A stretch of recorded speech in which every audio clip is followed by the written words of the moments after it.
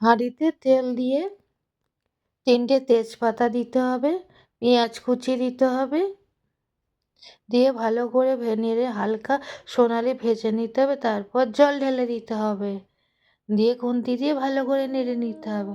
এবার লঙ্কা গুঁড়ো, হলুদ গুঁড়ো, নুন,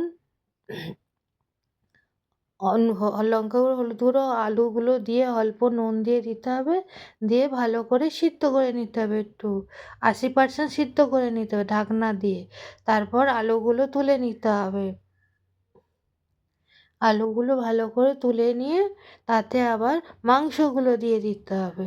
ওই বড় বড় মাংস পিস করে এনেছিলাম বিরিয়ানি, সেই মাংসগুলো দিয়ে দিতে হবে। দিয়ে মাংসগুলো ওতে আদা রসুনের রস দিয়ে দিতে হবে। এবার গরম মশলা, লবণ দিয়ে ভালো করে নেড়ে আবার 50% সিদ্ধ করে নিতে হবে। করে নিয়ে এবার দই দিয়ে দিতে হবে।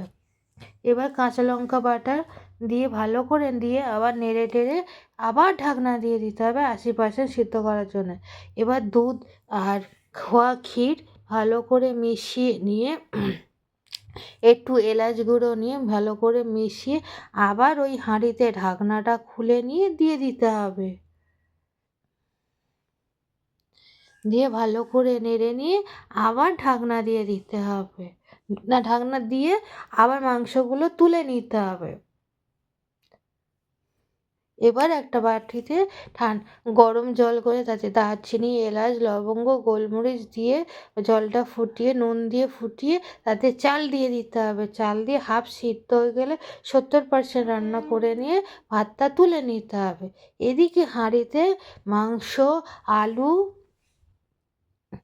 আলুগুলো দিয়ে ভালো করে সাজিয়ে নিয়ে এর ওপর ওই মাংসের ঝোলও একটু দিয়ে দিতে হবে, দিয়ে আলু বগুড়া দিতে হবে, একটু গরম মশলা, একটু বিরিয়ানি মশলা, এবার খোয়া ক্ষীর দিয়ে ভালো করে নিয়ে সেট করে দিয়ে একটা বাটিতে কেওড়া জল, গোলাপ জল, মিঠা আতর, কেশর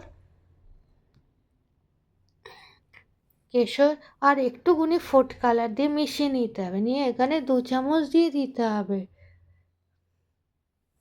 আর হাফটা রেখে দিতে হবে। এবারে গ্যাসে তাওয়া বসিয়ে হাঁড়িটা বসিয়ে দিতে হবে, দিয়ে তার উপরে হাঁড়ির মধ্যে এবার ভাতগুলো দিয়ে ভালো করে সেট করে নিয়ে এবার ওই কেশরের জলটা আবার দিয়ে দিতে হবে ভালো করে সাজিয়ে। তার ওপর ঘি দিতে হবে 2 চামচ মতন, দিয়ে ফয়েল পেপারটা ভালো করে আটকে নিয়ে নিতে হবে। নিয়ে ওর ওপর একটা ঢাকনা দিয়ে 30 থেকে 40 মিনিট সিদ্ধ করতে হবে। করে নিয়ে ফয়েল খুলে এবার দেখো হাতা ঢুকিয়ে হয়ে গেছে কিনা। এবার গরম গরম পরিবেশন করো প্লেটে। দেখেছো আলুটা আর মটনটা কত সুন্দর সিদ্ধ হয়েছে। আর একটু পেঁয়াজ আর সরষে লঙ্কা দিয়ে করবে পরিবেশন। দেখো মাংসটা কত সুন্দর নরম হয়েছে, দেখো হাড় থেকে সেরে গেছে।